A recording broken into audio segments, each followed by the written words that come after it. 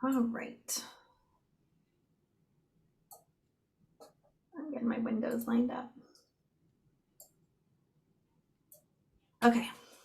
So hi everybody. We are here today with Brandi Wentland, who is the wonderful, beautiful, talented SLP from We Speak AAC. And she's going to be here to talk about let me get my speech therapy in order here.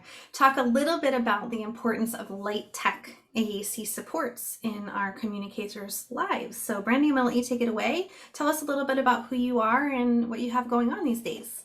Thank you, Tiana.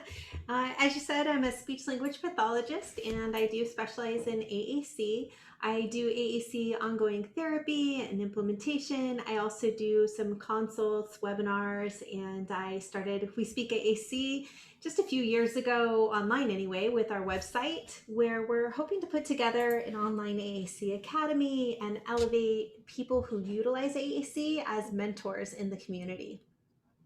And recently I got to know Christopher McDonald, who is the inventor and creator of Pixipal, and started helping him bring that here to the US and facilitate US distribution of Pixipal. And through that, connected with our global partnership with the San Francisco State University and the Thenika Project to bring Pixipal to places around the world that don't currently have access to AAC.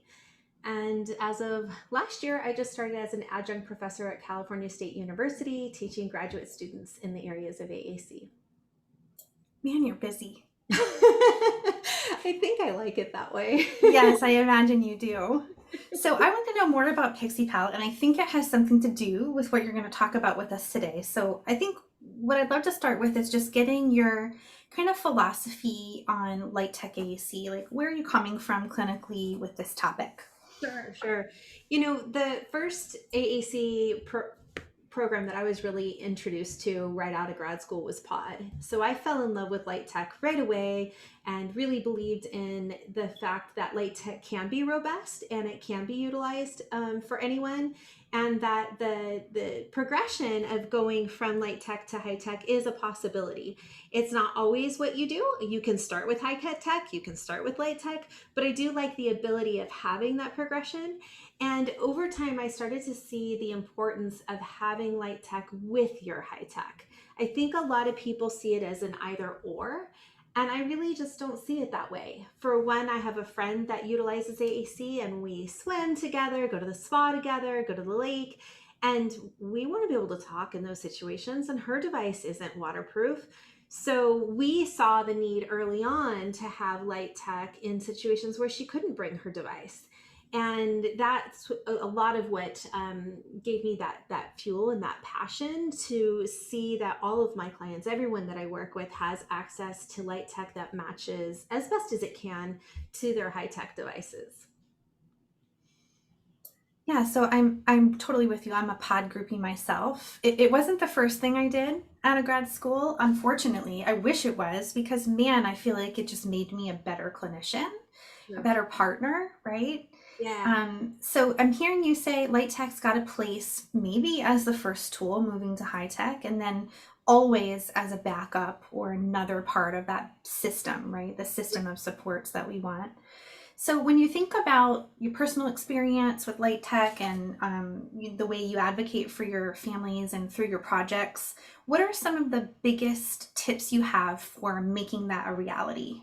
Making Light Tech a reality either as an initial step or as a backup plan?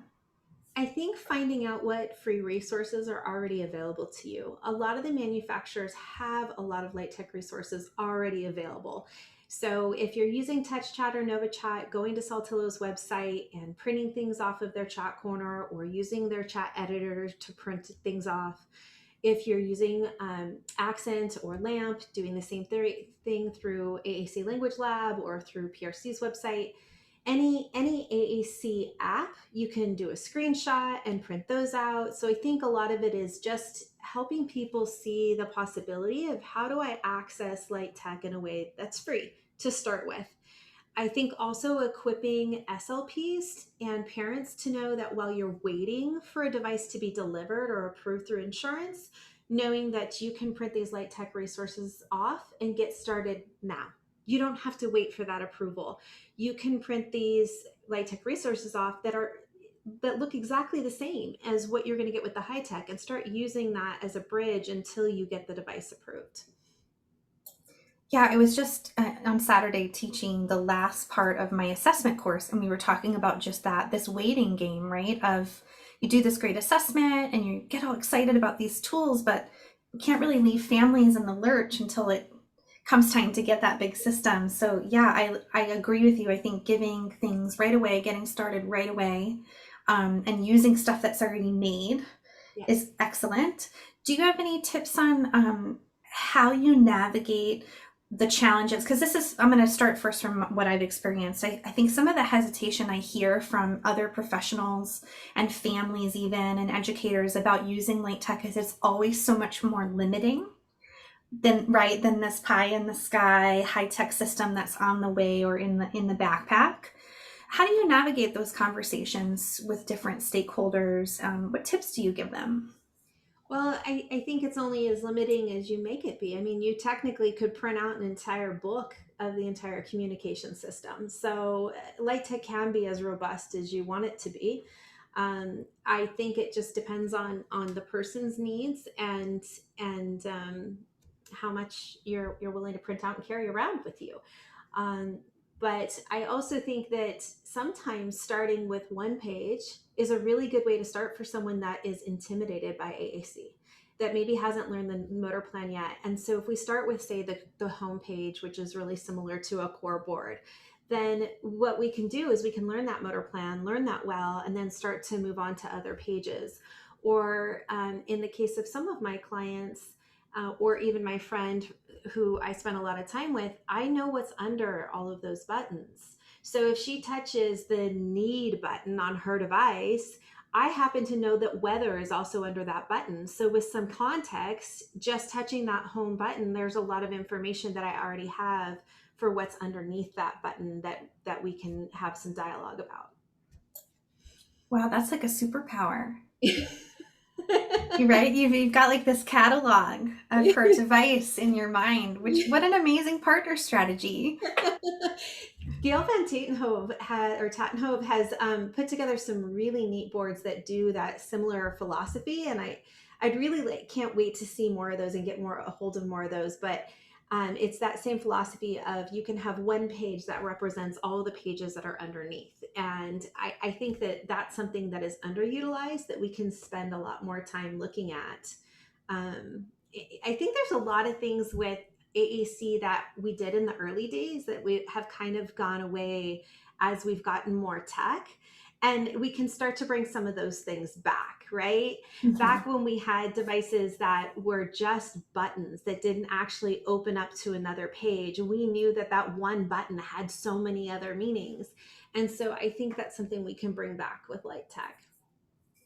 Yeah, I'm envisioning like maybe even a way of using different partner strategies in addition to the late tech support with a child or someone who may not be as well versed in AAC as your friend, is doing partner assisted scanning once you set the topic, right? And getting to that message, but at least narrowing in because you're setting the stage with that initial word or phrase that child's communicating or initiating at first. Yeah. Absolutely. And Linda Burkhart's got a great auditory scanning system where you don't even really need even the Light Tech. Once you memorize it, once you memorize the categories and the way things go, you can do without a piece of paper because you're always offering the same choices in the same order, and your communication partner can rely on that and know that you'll eventually get to what it is they're talking about. And we've Yeah. seen, right, with Karen Owens on We Speak Pod, how she Oh has man. her book memorized, how she can She's hit a rock star. and know what happens next, right?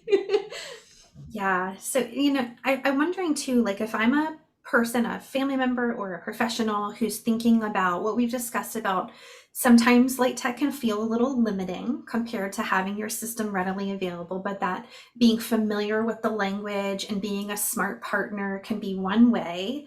What if that's still in process? Is there like a go-to type of language or words that you think like every light tech support should probably have this kind of stuff on it to help with some of these limitations? Absolutely. I think Project Core is a great place for anyone to start. You know, that they talk about Universal Core, and just about any AAC system out there is going to utilize Universal Core, and it's going to get you the free training that you need, the free resources that you need. And if you don't even have a device yet, or you don't even have words on a Light Tech page yet, that they're going to provide that for you, and it's all free. So I think a lot of, there's still a lot of people out there that don't know about Project Core. So I would point them toward that resource and see what's there, and build from there. I'm going to make sure I curate all of the links you're mentioning. There's a lot of them. I should be taking notes. I'll have to review my recording after this.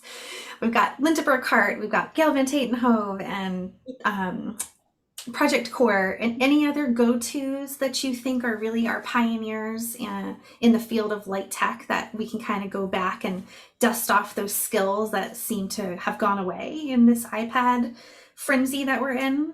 Well, as you know, I'm a part of Pixipal, and I'm a huge fan of our product. And that's why I am a part of Pixipal. As I started as a customer and loved it so much, I said, how can I help you? I want everyone to have this.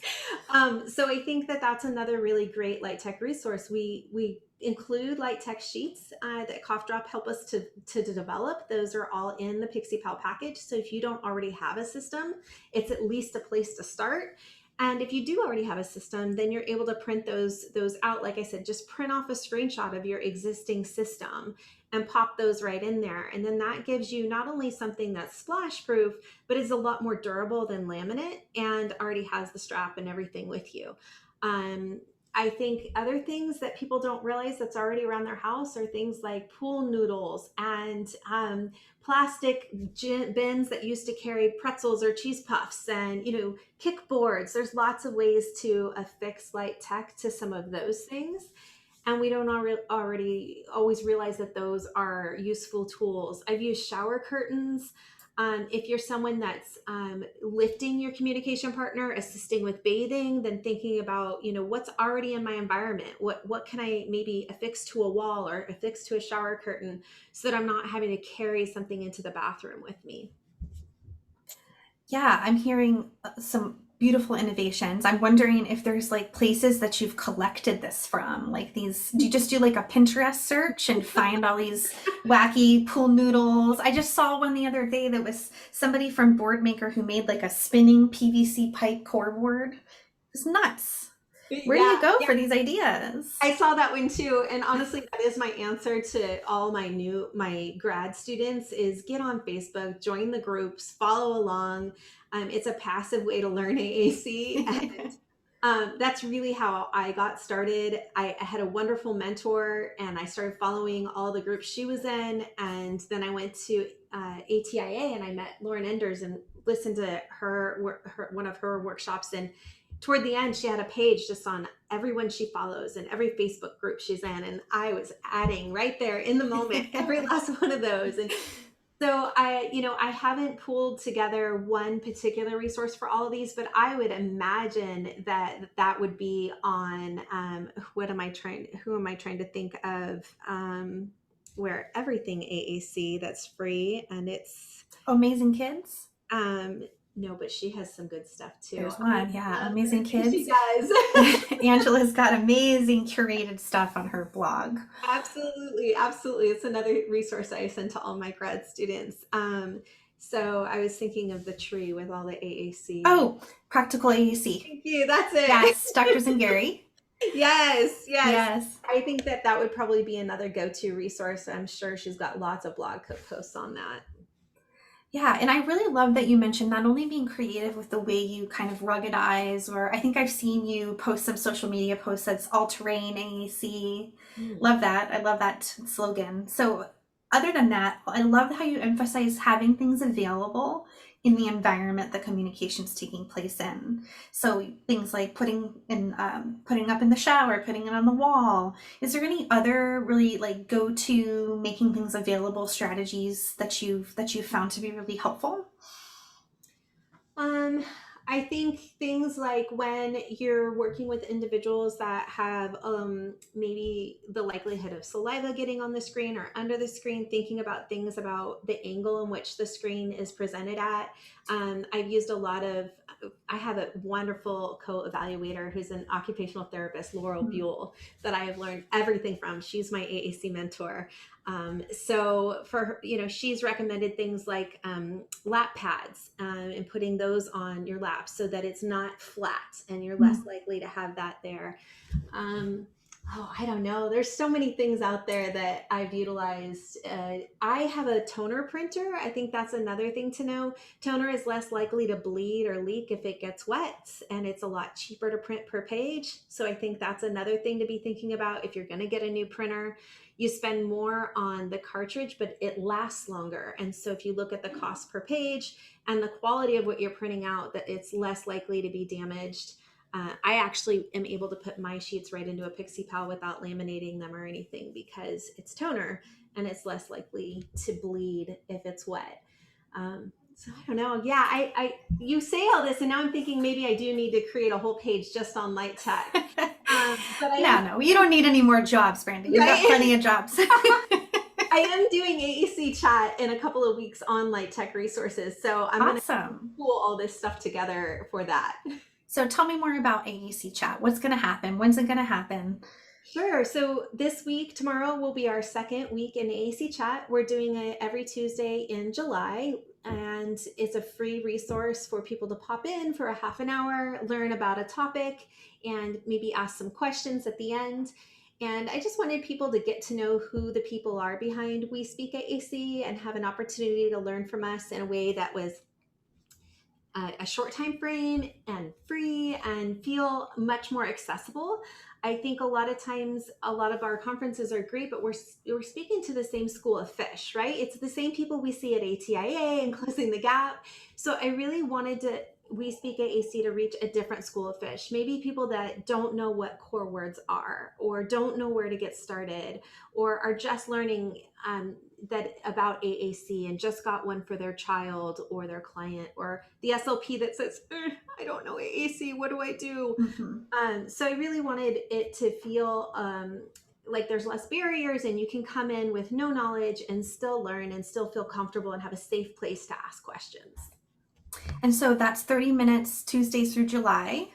And is that happening on Zoom? What platform are you using? Yeah, we're using it through our We Speak AAC Academy that utilizes Thinkific, and that will be a Zoom platform. So you register through We Speak AAC, and then you will get a Zoom link so that you can log into Thinkific and access our course. Great.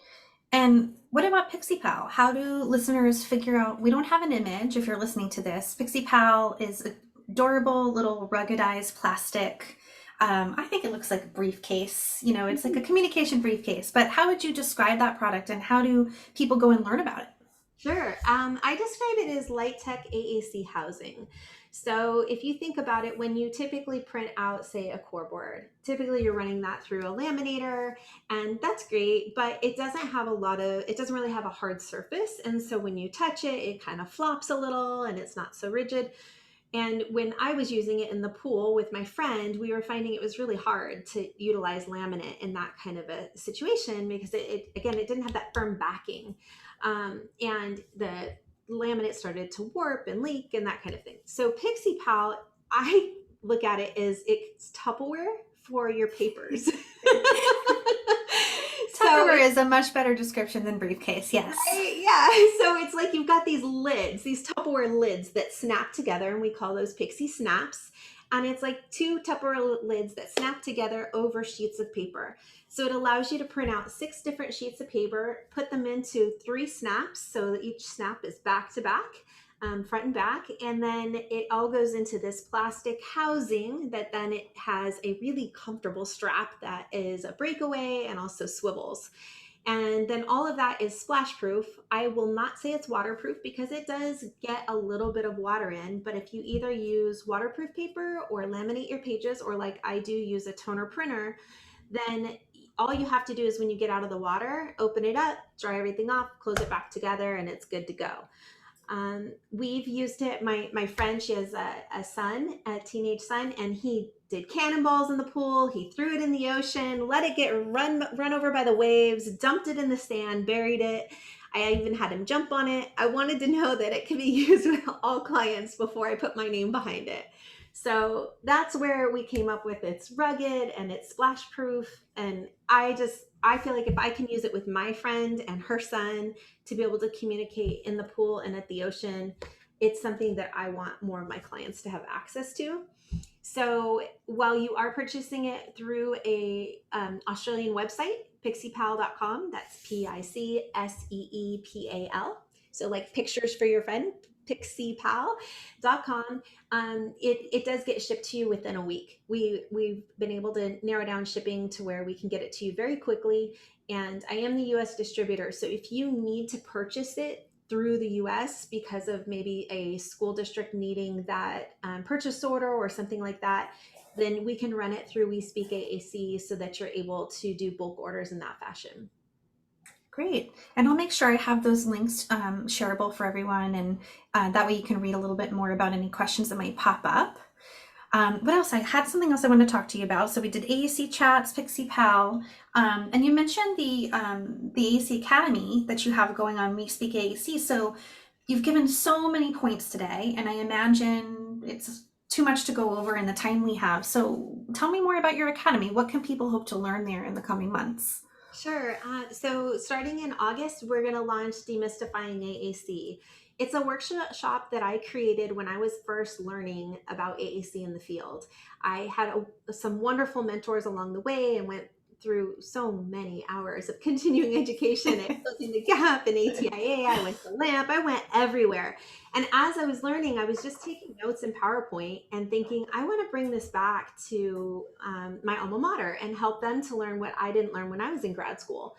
And so really that's how Demystifying AAC was born. I started going back to California State University, Chico, and teaching the students there.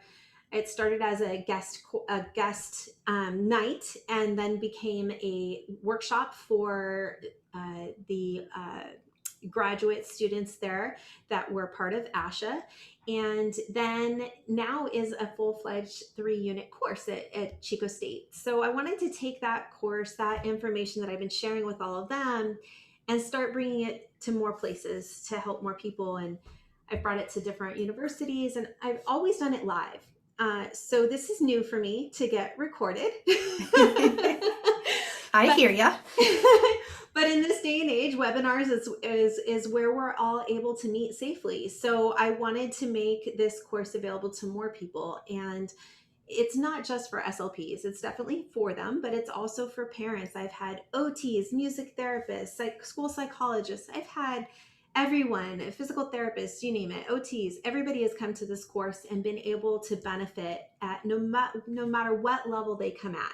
You can come in with a high level of knowledge of AAC or a low level of knowledge and feel like you're going to come here, you're going to learn, and you're going to feel more confident in the way that you implement AAC, whether it be with your client or with your child. Yeah, so it sounds like building on that accessibility point you were talking about, and I love that you said that because that's a big reason why I started Accessible too, right? It's broadening the school of fish, bringing in people who aren't fish, people who are mermaids or, pirates up on the shore, right? Like those reluctant learners that start to see, okay, well, I think I can do this. So I love that this course sounds like it's going to be for that person that is not looking to be an expert anytime soon, but really just wants a starting point. Yes. Where do I go to just reduce the ulcer in my stomach about AAC? Exactly. I love the way you put that. I want it to feel doable, and that's what I get from the people that have been to the course is they just feel excited and looking forward to implementing the next day rather than this daunting task of, oh no, it's one more thing to learn, one more thing to do, and I don't feel confident. I hear people leave the course saying, I'm so excited. Thank you for getting me excited about this to where I want to do it and I feel like I can. And that was the whole motive behind it is let's take down all these myths. Let's take down all the fear and just give you something that makes you feel like tomorrow, this is what I can go do. Yeah, and so important for our graduate students, right? And there's so much research that shows how much we can be doing better and more of in pre-service education to give these students a better impression of what it means to serve these types of communicators. So I love to hear that that's where you kind of honed this idea. What lucky students you have to have a course that isn't going to overwhelm them. I know I remember my course was a lot of terms.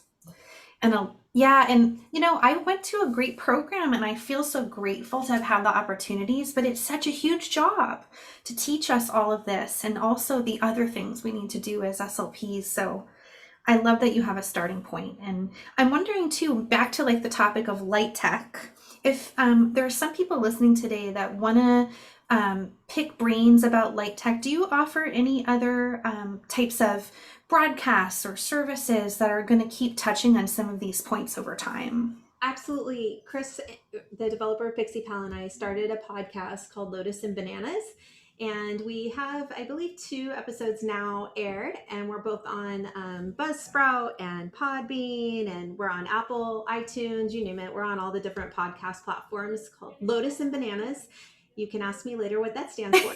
I will. And we will be talking about both light tech and also about AAC from a global perspective. I think we have a lot of AAC information out there for the States, but AAC is so much larger than that. And it really starts to open your mind and your vision when you start to look at, what does the AAC look like when we don't have electricity? What does AAC look like when we live in a country where there are no SLPs? And when you start to look from that lens, it's a really different perspective. And that's what Chris and I hope to do with Lotus and Bananas, is not only talk about light tech, but also just talk about AAC in general when it comes to more that global perspective and global partnerships and how we can get AAC into the hands of children and people all around the world. Yeah, and I heard you say you're partnered with Nikita, right? The Thenika Project. Yeah, loved learning about that project actually rather recently, and I was so just impressed with what they were doing. And I love that you have a partnership with them, because I feel like you just have this power to inspire people to do amazing things. I don't know about anybody else watching or listening, but Brandi's smile and her energy just makes you want to be around her and do the things she's doing and nod and say, yep, that's what I want to do tomorrow. So that's so powerful that you're partnering. Yes. And that's how I feel about Dan at the Thenika Project. And he was our first guest on Lotus and Bananas. So if you guys want to know what Tana and I are talking about with the Thenika Project, I highly, highly suggest listening to Dan. He just makes you want to jump up, get on a plane, fly to Marin, and say, I'm volunteering for you the rest of my career. You need people like that in your life, for sure. Yeah. I love it. And so the Thenika Project's one amazing resource I will absolutely link in the episode as well. And do you feel like you want to talk about what Lotus and Bananas means on this episode, or is this like a private off-air conversation we should have? No, absolutely. So when Chris and I first met, I was living in a house where we were growing bananas in our backyard, and Chris happened to be doing the same thing. And we were talking about how so many of us know what bananas are at the grocery store, but do we know about the tree? Do we know about the flower and how nutritious the flower is? In a lot of Indian cultures, they eat the flower and turn it into salads, and it's one of the most nutritious parts of the plant. And Chris knows a lot about Asian culture and was talking about the lotus. And again, we know a lot about the lotus flower, but not about the lotus root.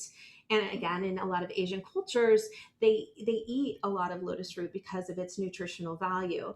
And the way Chris likes to see it is that AAC users are like that underutilized, powerful force, similar to a lotus root or a banana blossom that not very many people know about, but it's so beautiful, so nutrient rich, so important. And we need more people to know about what's out there and around the world. And part of that is by elevating AAC users to be seen and heard by people and communication partners that have not spoken with them before. That's an amazing story. A beautiful symbol. I love it. And I also just love the idea of thinking about this global access. That's also a mission here at Accessible, is just how do we understand better what communication looks like for others across the world, and what benefits to people here in the US will come from that understanding, right? Because I don't know about you, but I serve families that have technology access barriers here in the States, and Wi-Fi access barriers and financial barriers and housing insecurities. And so they're not perhaps the same circumstances that as experienced in other countries, but boy, will our families benefit from that understanding, right? And changing our perspective. So I'm excited to listen to your podcast. Thank you. Well, likewise. Yeah. So, okay, what do we want to wrap up with then? I think we've shared so much. Is there any parting words of wisdom about light tech being so valuable, or anything else that you'd like to share with everybody today? I think my parting words of wisdom are just, if you are an AAC user or have an AAC user in your family or a client, just being sure that they have access to light tech with their high tech. And if they don't have that, then looking for those resources that will help you get that, and that knowing that that's achievable for any system out there. And if you don't know how to achieve that, contact the manufacturer, contact me. And I'd be more than happy to help you navigate the process of how do I get light tech for my AC user, whether or not you use the Pixipal. Whether or not you use a Pixipal is irrelevant to me. What's important is that you use the resources that are out there to get light tech in the hands of people, so that they're using AAC in all environments, that they're not abandoning it because they're at the pool. They're not abandoning it because they're in the bathroom. I use AAC in all environment, or I speak and communicate in all environments. And so why shouldn't someone who utilizes AAC have access even in situations where you wouldn't necessarily bring a high-tech device? Yeah. And I feel like, with the demystifying topic you were just talking about, I've also found, and I think you mentioned it too, sometimes this is a great way to help families really just cross that barrier, and really start to see the possibilities with communicating with AAC, right? Is light tech slows everything down. That's what I love the most about it. It slows our interaction down. It slows all the tech barriers down and just really gets to the heart of the message in the relationship. It's Yeah. really true. And I think early on you mentioned how Pod made you a better communication partner. And I think it's because with Pod, we know that that's our role right off the bat.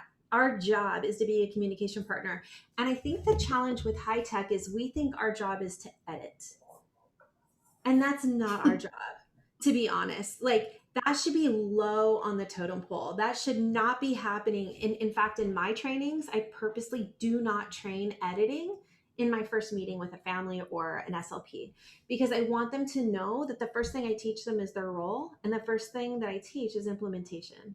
It's about modeling. It's about being a good communication partner. And so if you think your job as an SLP or your job as a parent is to edit your child's device, like that's way down on the list. The most important thing that you can do for your client or that child is be a communication partner and to model.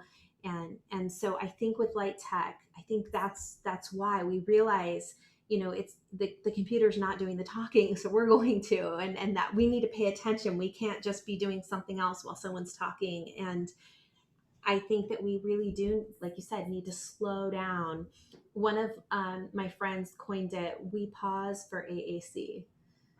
And I just love that thought of, we don't need to carry on our conversation while someone's composing their message. We can wait, right? And we need to wait to be good communication partners. Absolutely. And what I love too about AAC on light tech, like you're mentioning, with not being that editor and not getting ahead with all of the tech ducks being in a row, is I love that it forces me to model with what's available as a partner, right? To recast a child's communication with what's available. And I think Gail Van Tatenhove, of all the pioneers and trainings that I've ever been to, has taught me to do that the best, which is, what do I have here? 30 words. All right, let's make it happen when it comes to teaching language in these moments where all I have is 30 words and not the choice to add it on the fly. Agreed. 1000%. Period. Agreed. True that. Well, I think we're on the same page. I could talk about light tech forever because I'm with you. I love it. And it's not an either or. Like you said, this is not an episode on high tech's not wonderfully valuable. It's a talk about how valuable light tech can be in the midst of high tech and when it's not available, right? So I hope we get to talk about this again because it's totally my jam.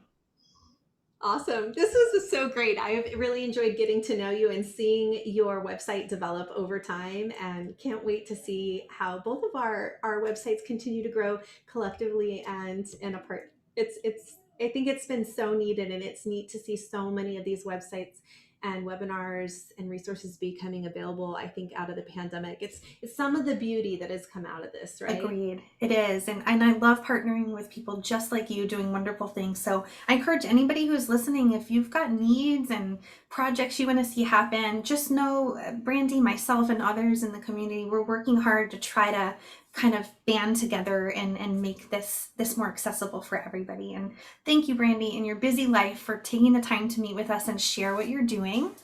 And I hope we get to talk again soon. Sounds great. Thank you so much.